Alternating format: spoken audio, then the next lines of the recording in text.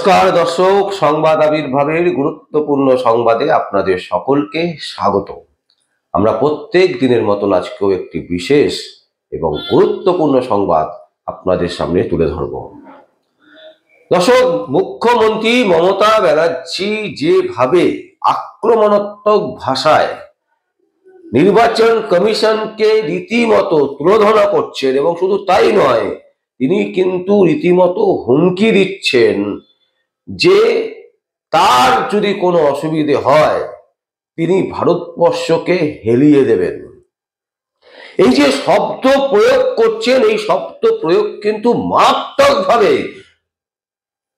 সভ্য সমাজে ভীষণভাবে কিন্তু আক্রান্ত হচ্ছে। মানুষ কিন্তু বুঝতে পারছে যে বাংলাতে একটা ভয়াবহ আগুন জ্বালাবার চেষ্টা করছেন এই মুখ্যমন্ত্রী মমতা ব্যানার্জি।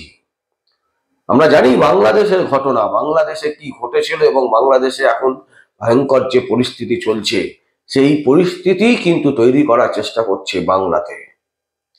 কারণ নির্বাচন কমিশনের বিরুদ্ধে এইভাবে কথা বলার কোনো অধিকার মাননীয় মুখ্যমন্ত্রী মমতা ব্যানার্জি এবং তার দলের নেই। সংবিধানে এটা বলা আছে যে সমালোচনা করা যেতে পারে, কিন্তু একটি সাংবিধানিক প্রতিষ্ঠান আরেকটি সাংবিধানিক প্রতিষ্ঠানকে কখনোই এইভাবে আক্রমণ করতে পারে না। কিন্তু আমরা দেখছি মাননীয় মুখ্যমন্ত্রী মমতা ব্যানার্জি তিনি এতটাই ভীতস্তব্ধ, এতটাই তিনি ভয়ে আক্রান্ত হয়ে আছেন, যার ফলে তিনি কি বলছেন সেটা তিনি নিজেই জানেন না, এবং একের পর এক তিনি বাক্যবাণ চালিয়ে যাচ্ছেন নির্বাচন কমিশনের বিরুদ্ধে। কিন্তু এরই মাঝে আমরা একটা ফটো দেখাচ্ছি দর্শক, যে ফটোটা আমাদের কাছে এসে পৌঁছেছে। কাশীপুরের বিধায়ক মাননীয় শশী পাজার ছবি, যে তিনি একেবারে নিজে বসে ফর্ম ফিল আপ করে বিএলওদের কাছে জমা করছেন। এখন বিষয়টা কিরকম গুলিয়ে যাচ্ছে না? নেত্রী চিৎকার করছেন, নেত্রী চেঁচামেচি করছেন, নেত্রী বলছেন যে কোনো অবস্থাতেই এসআইআর হতে দেব না, একটা নামও যদি বাদ যায় এই করে দেবো ওই করে দেবো, আমার গায়ে যদি টাচ পড়ে ভারতবর্ষকে হেলিয়ে দেবো। আরে আপনি তো নিজেই হেলে আছেন, আপনি ভারতবর্ষকে কি হেলাবেন? আপনি কি ভাবছেন এটা কালীঘাট? কালীঘাটে সমস্ত জমি জায়গা কিনে ফেলেছেন, সারা কালীঘাটটা আপনার নিজের সম্পত্তি হয়ে গেছে, পরিবারের সম্পত্তি হয়ে গেছে। আপনি কি মনে করছেন ভারতবর্ষটা আপনার পরিবারের সম্পত্তি? আপনি মনে করতে পারেন, কিন্তু আপনি ভুল করছেন। আপনি ভুল করছেন। ওটা আপনার সম্পত্তি নয়, ভারতবর্ষ। যে ভারতবর্ষকে আপনি হেলিয়ে রাখবেন। ভারতবর্ষের মানুষ অনেক বেশি সচেতন, অনেক বেশি জাগ্রত। আপনি বাংলার মানুষকে 1000 টাকা 500 টাকা দিয়ে, ভিক্ষা দিয়ে ওদেরকে ভুলিয়ে রাখতে পারেন, বাংলার বাইরের মানুষদেরকে কিন্তু আপনি ভুলিয়ে রাখতে পারবেন না। তো আমরা যেটা দেখলাম দর্শক, যে শশী পাজা তিনি তার ফর্ম ফিল আপ করে জমা করছেন, এবং তৃণমূল কংগ্রেসের বহু নেতা নেত্রীদেরকে দেখা গেছে যে তারা কিন্তু ফর্ম ফিল আপ করে ইতিমধ্যে জমা করে দিয়েছেন। আমরা দেখেছি মাননীয় মুখ্যমন্ত্রী মমতা ব্যানার্জি নিজে ফর্ম দিয়েছেন। তাহলে এইভাবে মানুষকে উৎসাহ দেওয়া, এইভাবে মানুষকে উস্কানিমূলক কার্যকলাপে যে মুখ্যমন্ত্রী জড়িত, তার বিরুদ্ধে কেন এফআইআর হবে না? কেন নির্বাচন কমিশন এতদিন চুপচাপ বসে দেখছেন নগর? কি কারণে? এই প্রশ্ন কিন্তু অনেকে তুলতে শুরু করেছে। এবং শুধু তাই নয়, নির্বাচন কমিশনের সাথে কি মাননীয় মুখ্যমন্ত্রীর কোনো বৈঠক আন্ডারস্ট্যান্ডিং হয়েছে যার জন্য এত সময় নিচ্ছেন তিনি? ভারতবর্ষের গণতন্ত্র রাষ্ট্র, সেই গণতন্ত্র রাষ্ট্রে নির্বাচন কমিশনই হচ্ছে শেষ কথা নির্বাচন প্রক্রিয়ার।